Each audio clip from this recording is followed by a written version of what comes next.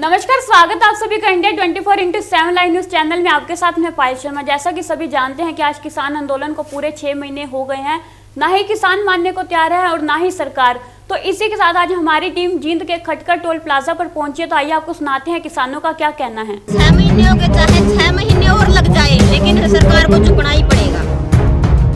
हम मोर्चा को देंगे। जो वहाँ पे गया और उन्होंने लोगों से अपील की कि बीजेपी पार्टी को हराइए, क्योंकि ये किसानों का गला घोटने वाली है। 3 जो काले कानून है वो लेके आई है। जैसे टेलर था इजहार, कुछ फिल्म है आज, और फिल्म जब हम दिखाएंगे युवा तो फिर सरकार का कुछ नहीं समझ में आना।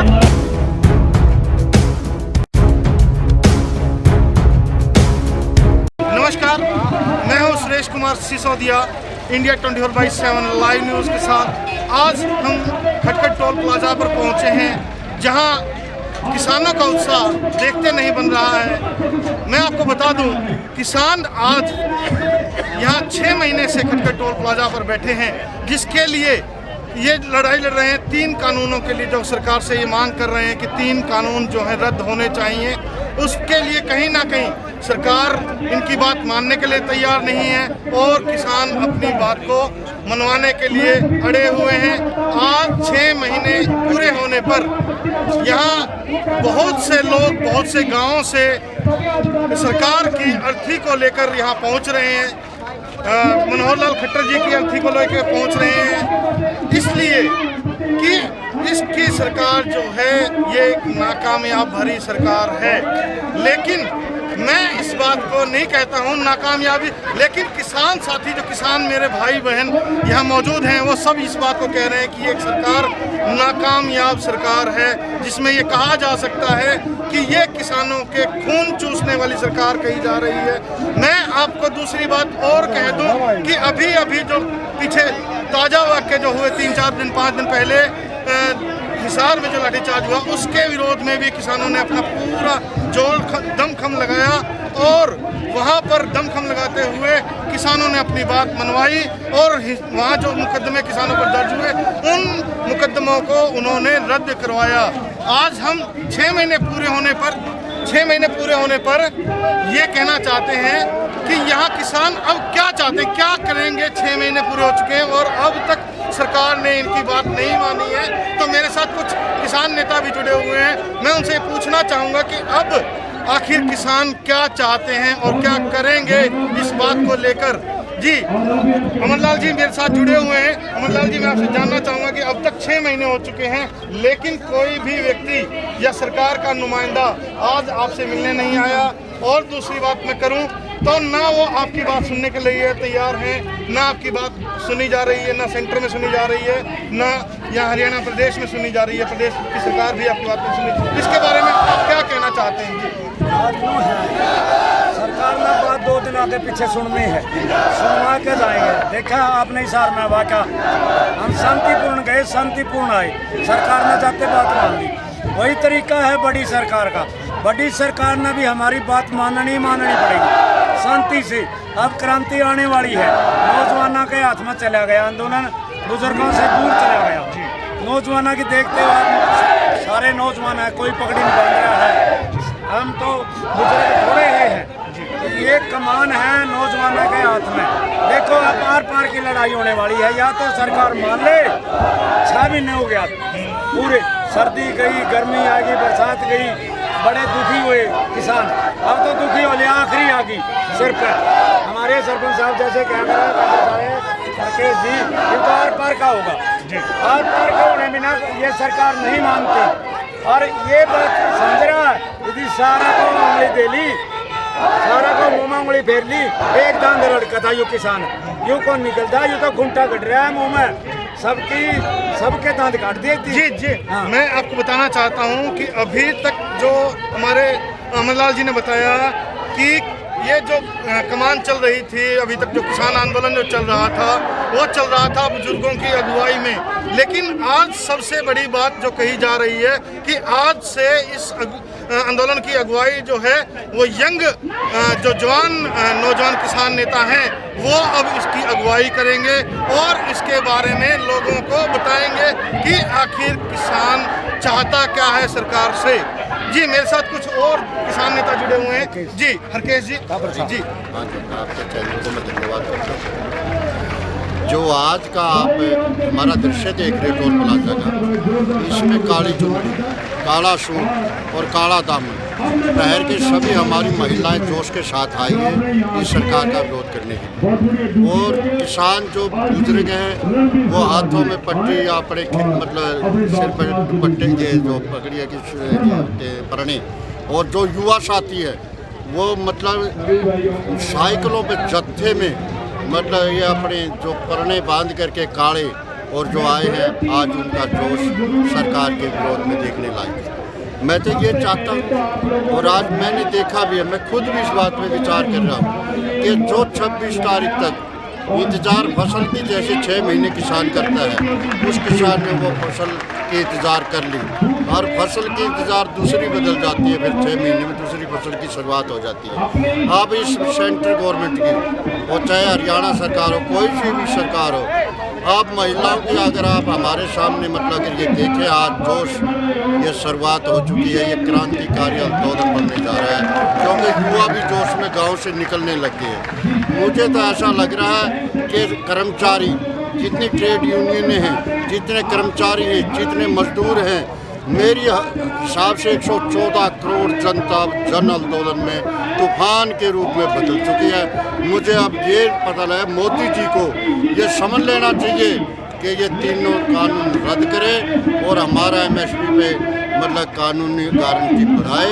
इस करके मैं तो यही कहता हूँ कि आर पार के मुल्क में आ चुके हैं, लेकिन अब ज़्यादा सहन नहीं होगी। जो किसानों के हालात की जिन्होंने उसका बदला नहीं लेते हम सिर्फ हमारे कानूनों की लड़ाई लड़ते हैं। हमें कोई द्वेष भावना नहीं है, मतलब किसी से व्यक्तिगत दुश्मनी नहीं है हमारी सिर्फ हमारे कानूनों को वापस ले और हमारे अभी हमारे साथ मैं जो बात कर रहा था कि अभी किसान जो आंदोलन है वो बुजुर्गों से निकलकर अब युवाओं ने उसकी कमान थामी है। उसके लिए मैं कुछ मेरे साथ युवा साथी भी हमारे साथ जुड़े हुए हैं, मैं उनसे भी बात करूंगा कि आखिर वो इस आंदोलन को किस रूप में आगे बढ़ाएंगे और उनकी क्या स्ट्रेटेजी रहेगी, किस तरीके से आंदोलन में काम किया जाएगा और क्या कुछ उनकी रणनीति रहेगी। उनसे बात करते हैं। जी 24 तारीख को हिसार में शासन और प्रशासन और भारत सरकार युवा की ताकत को देख चुकी है। युवा जीत चुका है, सरकार हार चुकी है और मोदी साहब से एक सीधा स्पष्ट चेतावनी है, या तो किसानों की बातें मान ले, नहीं तो हिसाब होगा 70 साल की जो लूट है उसका हर तरीके से हिसाब किया लिया जाएगा। अभी 3 काले जो कानून बनाए हैं उनको वापस ले, MSP पे कानून बनाए और किसान को इस लूट से निजात दिलाए। अगर ये नहीं होगा तो क्रांति होगी। और मोदी साहब को चेताना चाहते हैं, चाहे आप 84,000 का करोड़ का जहाज लाए हो, ऊपर से उतार लिए जाओगे। आपको यहाँ पे मजबूर मत करो युवाओं को वो आपका वध करने के लिए। अगर लोगों को परेशान करोगे तो हर राक्षस का इस देश में वध हुआ है, आपका भी वध होगा। वक्त रहते चेत जाए, युवाओं को गले से लगाएं, हम भी आपको गले से लगाएंगे। अगर आप हमसे नफरत करेंगे तो आपका निश्चित तौर पर वध होगा, ये चेतावनी है हमारी।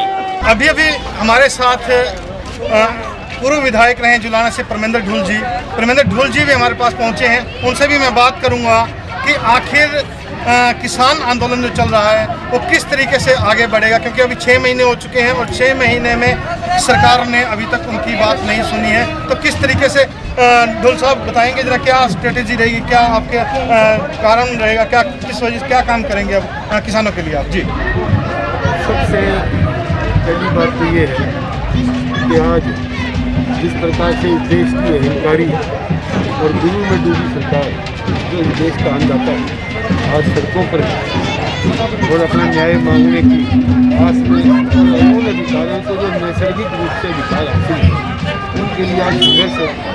और एक तरफ ये सरकार जो ये दावा करती है कि किसान के वर्ग के ऊपर अर्थव्यवस्था में सुधार होगा। 2020 के अंदर भी कोरोना काल में किसान की वजह से ही देश की अर्थव्यवस्था बदली। इस बार आज की जो रिपोर्टें आई है कि अन्न का भंडार भरा है।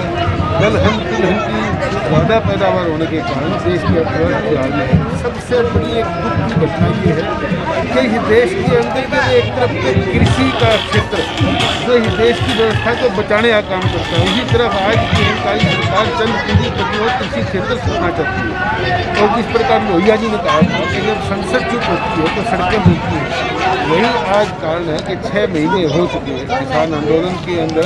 आज किसानों को इस आंदोलन में जुड़ते हुए इसकी सफलता का मैं आपको बताना चाहूँगा कि इसकी सफलता का मनोबल का सबसे बड़ा उदाहरण है कि आज किसान ने देश को राह दिखा दी कि इस देश की व्यवस्था बदली जा सकती है। अगर किसान एक हो तो इस देश की व्यवस्था जो 70 साल से अर्थव्यवस्था जो पूंजीपतियों को छोड़ करके कृषि आधारित होनी चाहिए वो हो सकती है। तो एक तो ये हौसला देना और दूसरा हौसला किसान की एकता ने सिद्ध किया है कि बीजेपी और गठबंधन की सरकारों को चलता किया जा सकता है। 2 रास्ते दिखाए हैं और इन 2 रास्तों के ऊपर चलते हुए आने वाले समय के अंदर हिंदुस्तान का किसान जाति है, शुभ भविष्य है और निश्चित तौर पर अपने अधिकारी को हासिल करके रहेगा जो इसको मिलने हैं। इसके अंदर सबसे बड़ी बात ये है कि इस देश के अंदर 342 लोकसभा क्षेत्र ऐसे हैं जो केवल और केवल किसान के ऊपर लागू है और 342 जो सीट है उनका किसान आज जा चुका है। एक तरफ का फैसला व्यवस्था बदलने में देगा तो निश्चित तौर पर देश की व्यवस्था बदलेगी और बदल करके देश के लिए एक नई व्यवस्था, यही हमें उम्मीद है।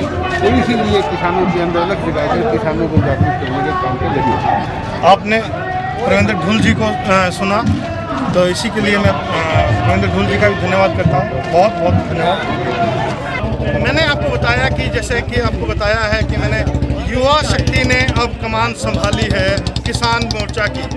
अब युवाओं में मातृशक्ति भी जुड़ी हुई है, युवा साथी भी जुड़े हुए हैं और उनका किस तरीके से काम होगा। मेरे साथ सिक्किम जी जुड़ी हुई हैं, मैं इनसे बात करूंगा कि आखिर अब आपकी क्या रणनीति रहेगी, क्योंकि अब जो कमान है वो युवाओं के हाथ में आई है। तो इसी सिलसिले में आप बात करेंगे सिक्किम जी से। सिक्किम जी, आपकी क्या तो स्ट्रेटेजी रहेगी, क्या रणनीति रहेगी, किस तरीके से आप काम करेंगी, क्योंकि अब ये जो कमान है युवाओं के पास आई है, तो आपका क्या मानना है, किस तरीके से आप काम करेंगे? पहले तो मैं हमारे बुजुर्गों का धन्यवाद करूंगी कि उन्होंने कमान हमारे हाथ में दी, क्योंकि अब जो था शांतिपूर्ण आंदोलन हम लंबे टाइम से कर रहे हैं। 6 महीने हो गए रोड पे बैठे। आज हमने काला दिवस भी मना लिया और सरकार जागने को तैयार नहीं है। तो अब जो है बागडोर वो युवा के हाथ में आई है। तो अब जहां हमारे पे जो हो पड़ेगा, जो बन पड़ेगा, जो रणनीति होगी, जो राजनीति होगी, जो कूटनीति होगी, सभी कुछ मिक्स करके ना इस सरकार को रोड पे लेकर आना है। मतलब एक देसी सी भाषा में कहें तो नुआ सारा कुछ रगड़ा लगाया जाएगा, ये कहने का है मतलब। इस बात को अगर देसी लोकल भाषा में, हरियाणवी भाषा में कहा जाए तो अब सब चीज़ को इकट्ठा करके और उसमें एक रगड़े का काम करेगा युवा शक्ति। हमारे साथ सिक्किम जी से जो बातचीत चल रही थी, मैं सिक्किम जी एक छोटी सी बात आपकी काटना चाहूँगा, क्योंकि हमने अभी काला दिवस की बात की, आपने काला दिवस का जिक्र किया। काला दिवस हमने दिवाली के रूप में, दिवाली जब थी हमारी पिछली, तो हमने काली दिवाली के रूप में मनाया। आज बुद्ध पूर्णिमा है, इसलिए आज क्यों काला दिवस घोषित नहीं किया गया, क्या कारण रहा, काला दिवस क्यों नहीं घोषित हुआ, आज क्या वजह रही थी इस बात की? जी, जो बुद्ध पूर्णिमा थी इस वजह से हम काला दिवस नहीं कह सकते, क्योंकि बुद्ध की वजह से तो हमने देश को, दुनिया को एक रास्ता मिला था, एक धर्म का था, एक सत्य का रास्ता था और एक जीने की राह दिखाई थी बुद्ध ने। तो इसलिए हमने इसको काला दिवस तो नहीं कह सकते, पर काला काला जो भी है तो इस सरकार को ये भी दिलाया हमने, क्योंकि हमारा दिन फिक्स हो गया था। तो इस सरकार को हम जिताना चाहते हैं। हमने 6 महीने हो गए, 500 किसान हमारी साथ दे चुके हैं, तो भी आप जाग जाओ। 6 महीने में तो कुंभकर्ण भी उठ लिया करता, रावण भी उठ लिया करता, या तो आप उठ लो, नहीं तो हमने जो अलग जगानी थी, हमने बच्चे बच्चे तक आंदोलन को पहुंचाना था। जैसे वे हर घर में वोट के लिए जाते थे, ऐसे ही हम डोर टू डोर करेंगे किसान आंदोलन के लिए, ताकि इस मुहिम को बहुत ज़्यादा तेज किया जा सके और इतना तेज किया जा सके कि एकदम जैसे टेलर था हिसार, कुछ फिल्म है आज, और फिल्म जब हम दिखाएंगे युवा तो फिर सरकार का कुछ नहीं समझ में आना। इसलिए राष्ट्रपति शासन लागू होगा और सारे जो इनके हथकंडे दरे के दरे रह जाएंगे, ना कोरोना पंदा ना कुछ पंदा, क्योंकि सरकार का ध्यान है सिर्फ उनके मकान बनाना पे, MLA MP बनाना पे, खरीदन पे और उनके अंदर संसद बनाना पे। तो शर्म की बात है, देश किस महामारी से गुजर रहा है, किसान सड़क पे बैठे हैं पर इनकी अपने ऐसो आराम को नहीं छूटते। हमारी तरफ भी तो देखो, हमने 6 महीने हो गए यहाँ, गर्मी सर्दी हमारे सिर के ऊपर से जा रही है, पर अब ज़्यादा टाइम नहीं क्योंकि युवाओं ने बागडोर संभाल ली है। तो सरकार की नज़र हमारी ज़मीन पे और युवाओं की नज़र दिल्ली की कुर्सी पे है। मेरे साथ कुछ और महिला मातृशक्ति भी जुड़ी हुई है, तो मैं उनसे भी बात करना चाहूँगा कि क्या उनकी रणनीति रहेगी, क्या वो करेंगे। जी, क्या नाम है आपका? रीना। रीना, कब से आप इस आंदोलन से जुड़े हुए हैं? हम 6 महीने से इस आंदोलन से जुड़े हुए हैं और खटखट टोल प्लाजा पे 3 महीने से यहाँ आ रहे हैं। जब शुरू वाले दिन आया था हमें भी ये देखने आए थे कि क्या कुछ माहौल है, लेकिन जब से यहाँ आए, यहाँ का माहौल देखा तो हमारा भी मन किया कि हर रोज यहाँ आए और इस आंदोलन में भाग ले।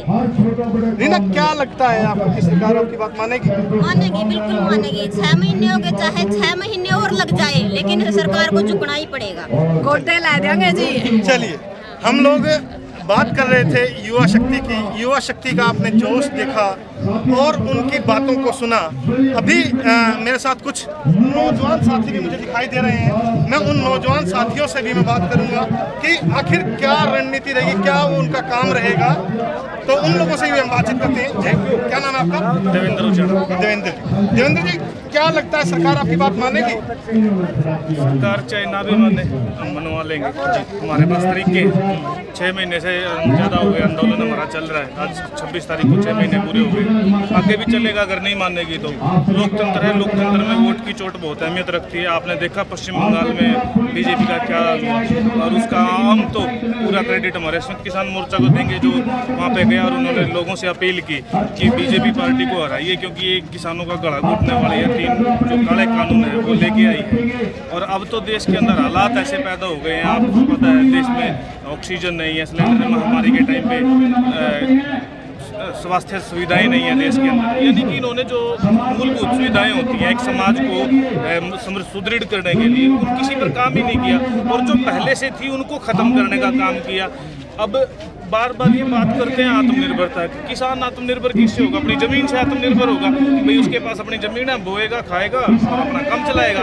अब इसी ज़मीन को ये लूटने के लिए तुले हुए हैं। अब किसान को ये बात समझ में आ गई है और किसान इनको वोट की चोट करेगा। पश्चिम बंगाल में हमने इनको हरा दिया है और अगला टारगेट हमारा यूपी है। भाई सभी किसान साथियों से आपके चैनल के माध्यम से मैं ये मैसेज देना चाहता हूँ, भाई सभी साथी तैयार रहें। जैसे ही ये पैंडेमिक का जो असर है वो कम होता है, उसके साथ ही उसके बाद तुरंत बाद ही हम यूपी के लिए कुछ करेंगे और यूपी में बीजेपी को हराने का काम करेंगे।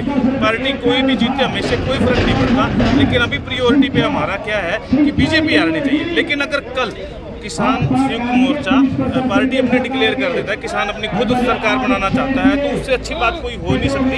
हम इस बात के पुरजोर समर्थक और मैं खुद बड़े बड़े किसान नेताओं से इस बारे में चर्चा कर चुका हूँ कि श्रीमान जी आप अपनी खुद की सरकार बनाइए, क्योंकि आज इनको हरा के कोई दूसरा आएगा, कल फिर वो गलत काम करेगा तो हमें आंदोलन करना पड़ेगा, तो पूरी ज़िंदगी हमें आंदोलन करना पड़ेगा। तो इस तरीके से काम नहीं चलेगा। देखिए देवेंद्र जी, हम अगर बात करें, एक बात समझ में आती है कि आपकी बातों से एक बात नज़र आई, समझ में आ रही है कि आपकी संयुक्त किसान मोर्चा जो है वो भी अपनी एक पार्टी राजनीतिक पार्टी तैयार करने के मूड में आया हुआ है। क्या राजनीतिक पार्टियां जो हैं, पिछली जो राजनीतिक पार्टियां रही, जितने भी राजनीतिक आज तक जो राजनीतिक दल रहे हैं, उनकी कार्यशैली से क्या आप लोग संतोषजनक नहीं रही? आपको बिल्कुल भी संतोषजनक नहीं रही। आप ये देखो, हमारे साथ में और भी कई देश आज़ाद हुए थे 1947 में, कई ऐसे भी जो हमारे बाद में आज़ाद हुए। आप उनकी अर्थव्यवस्था को चेक कीजिए और भारत की अर्थव्यवस्था को चेक कीजिए।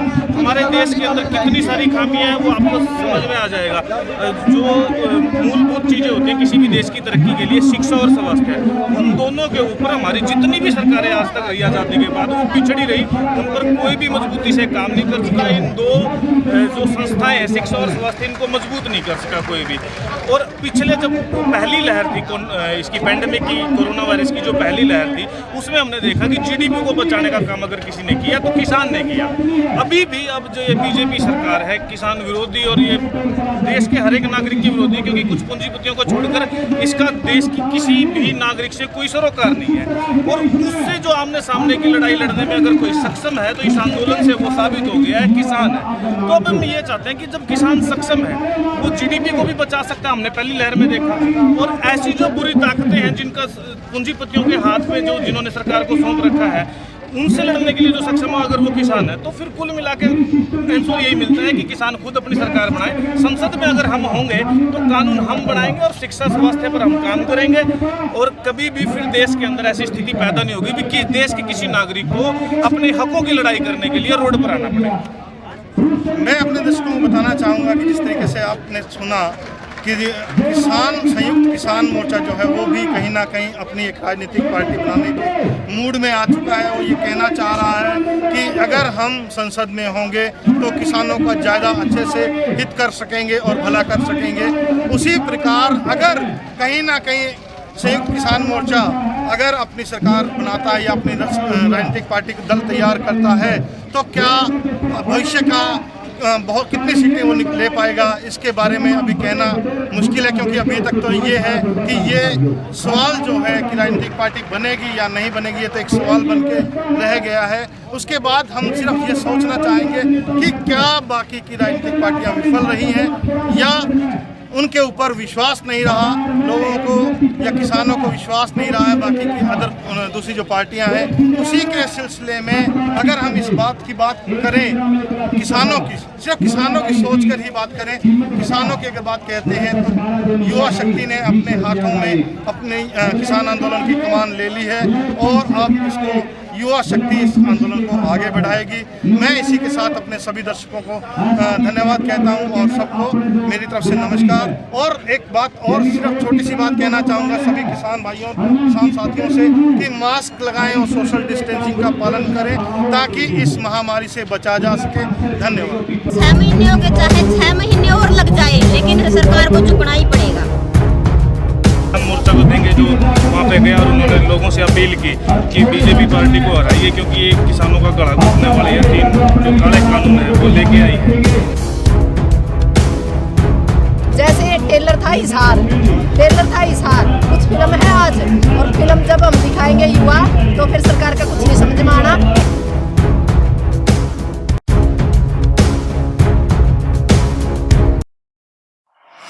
इसी के साथ जुड़े रहे इंडिया 24/7 लाइव न्यूज चैनल के साथ। आपके साथ मैं पायल शर्मा, नमस्कार।